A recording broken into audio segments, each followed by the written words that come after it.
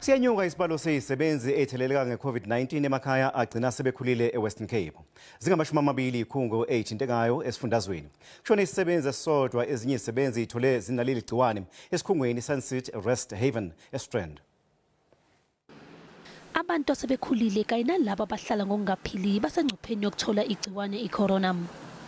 Izikhulu esikhungweni iSencit Resthaven zithi zenza konke okusemandleni ukuqinisekisa ukuthi bonke abanakekelwa kulesikhungo baphephile. Sekuhlolwe abantu abangama-60 emva kokuthi umhlengikazi edlule emhlabeni ngenxa ye-COVID-19. By the 12th of May, we were aware that we needed testing, and the Department of Health came to do that.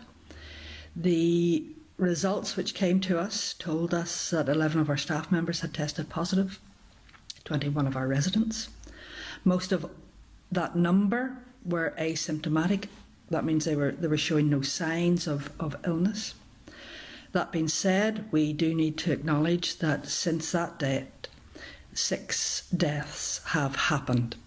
Walsh uthi lezi ndawo singaphansi kwengcindezi kodwa sezitholwe ukwesekwa izinhlangano ezinikelayo kanye nezibhedlela zendawo.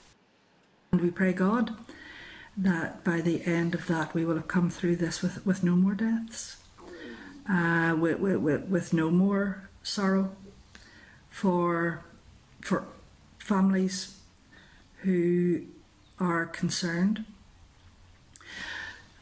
We remain concerned.